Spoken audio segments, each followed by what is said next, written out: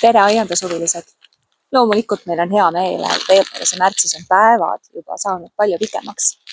Ja meil on ka palju rohkem ilusaid päikesepaistelisi päevi. Ometi on see ohuks meie okaspuudele ja ka just igihaljastele rhododendronitele. Ja neid ohustab just varakevadine päikesepõletus. Õnneks on päris mitu asja, mis me saame oma taimede heaks teha. Ja üks nendest on kindlasti taimede varjutamine. Ja see on kindlasti just ennetav meetod, sest et kui põletus on juba olnud, siis hiljem pole enam muud teha, kui neid tagasi lõigata. Aga nagu ma ütlesin, õnneks me saame seda ennetada. Ja ma olen teinud siin ka natukene eeltööd, et juba sügisel, kui maa oli veel sula, panin ma paika need tugikepid ja panin nad paika selliselt, et siin istutusalas ma ei teeks viga ka teistele püsikutele ja oma väärtuslikele sibullilledele. Nii et ma teadsin täpselt, kuhu ma need panna tahan. Ja muidugi see, kui maa on pehme, on need palju mõnusam paika panna. Aga ma proovisin ka järgi, et neid bambuskeppe, neid saab panna ka siis, kui pealt on võib-olla ainult mõni sentimeeter maa ära külmunud. Ja minul on siin üks elupuu ja tema on siin kasvukohal alles esimest talve ja kui ma ka suvel ta istutasin siia, siis ma ka natukene varjutasin. Sest kui taim ei ole päris hästi juurdunud, siis ta ei saa maa seest piisavalt hästi vett kätte ja võib samuti ka suvel tulla päikesepõletus. Osad okaspuud ja taimed on päikesepõletiku osas vastuvõtlikumad kui teised. Näiteks ei pea katma meie looduslikke liike, nagu näiteks on harilik mänd ja harilik kuusk. Aga eriti kurikuulus päikesepõletuse saaja on näiteks Kanada kuusk koonika, kelle pilte me ka igal aastal erinevates aiandusgruppides näeme. Nii, ja siin on mul varjutuskangas. Horticomil on neid väga erinevas suuruses, mida on väga lihtne valida. Vastavalt siis sellele, kui suur taim teil endal on või et näiteks kui teil on vaja katta tervet okaspuu hekki. Ja kuna ta on UV-kindel, siis ma tean, et ma saan seda sama kangas kasutada mitut aastat järjest.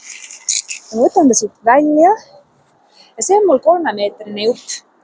Ja kuna mul on siin see elupuu kuskil 1,5 meetrit kõrge, siis ma umbes täpselt arvestasin, et ma saan 2, võib-olla isegi 3 ringi ümber teha. Ja kõigepealt on siis vaja panna ja kinni siduda selle kanga ots. Ja selleks ma kasutangi Horticomil seda sidumistraati. Ja mulle eriti meeldib see sidumistraat, kuna tal on siin rulli küljes juba see lõiketera, millega ma saan selle paraja jupi kohe lõigata. Sellepärast, et kui ma olen parasjagu pannud taskusse endale oma lemmikaiakäärid, siis traadi lõikamisega ma võin need ära rikkuda ja siis ma oleksin nagu eriti kurb. Nii, et kõigepealt paneme selle otsa paika, nii alt kui ülevalt ja ma seon selle kanga just selle toestuskepi, mitte taime külge kinni.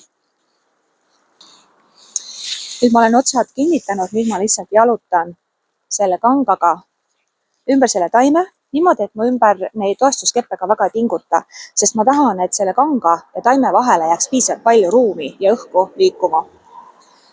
Aga õnneks on see selline töö, mida saab teha edukalt üksi, nii et siin ei ole lisakätepaari vaja. Nii. See oli esimene ring. Ja teen teise ringi. Ahah. Vaatame, sätime siit alt ka. Alt ta ei pea tingimata päris vastu maad minema, aga sealt siis peab vaatama, et päike sinna peale ei paista. Ja selle 1-3-meetrise kangaga ma tegin umbes 2,5 ringi siia peale, nii et see on täpselt mulle paras. Ja nüüd ma pingutan selle viimase otsa ka kinni, et ta mul kuskile kohe ära ei lendaks, kui ma hakkan neid teisi otsi toestuskeppide külge kinnitama. Ja samamoodi selle sama sidumistraadiga. Ja see on kinni siit ülevalt ka, et siis kui nüüd peaks lund tulema, mida kindlasti ka tuleb, et siis ta oma raskusega siit toestuskeppide pealt alla ei vajuks. Sest sel juhul teeks kanga katmine sellele okaspuule rohkem kasu kui kahju. Ja kui üldse lund sajab ka, siis ma vahepeal jalutan siit läbi ja siis õrnalt saputan selle lume siit maha, et kindlasti ei ole vaja, et kogu see raskus selle kanga ja märja lumega selle taime peale vajuks. Ja kinnitan siit ülevalt ka veel, mitte taime, vaid siis ikkagi toestuskepi külge.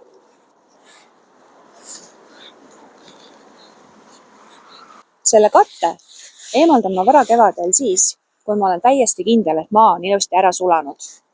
Ja selleks ma valin sellise natuke sombusema ilma ja hea oleks isegi, kui terve nädal oleks sombune. Sest kui ma nüüd selle katte ära võtan, siis taimele võib see olla jällegi omakorda natukene ehmatus, kui ta satub kohe lõõskava päikese kätte. Seda, milliseid okaspuid oma aiast katta, teab iga aednik kõige paremini hinnata selle järgi, kuidas varakevadine päike tema aias liigub.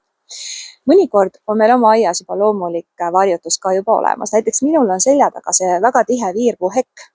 Ja kui ma teaksin, et minu varakevadine päike käiks läbi selle viirpuuheki, siis ma võib-olla hiljem, kui need elupuud on juba hästi juurdunud, ma enam neid ei kataks.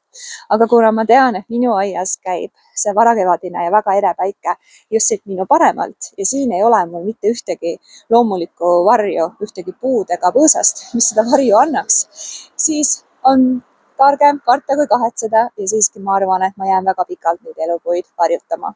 Sellepärast, et aiandus peab ikkagi tooma rohkem rõõmu kui muresid ja kui meil on võimalik targasti neid taimi hooldada, siis me saame ka suvel nende ilusat loomulikku rohelist juvet nautida. Kõik need vahendid, mida ma siin kasutasin, on saadaval Horticumi poes. Ja kui see video meeldis sulle ja oli sulle kasulik, siis ole hea, tule ka selle kanali tellijaks ja pane video alla like. Minul on veel mõned taimed katta, aga ole ka hea sina ja vaata üle, mis su aias katmist vajab.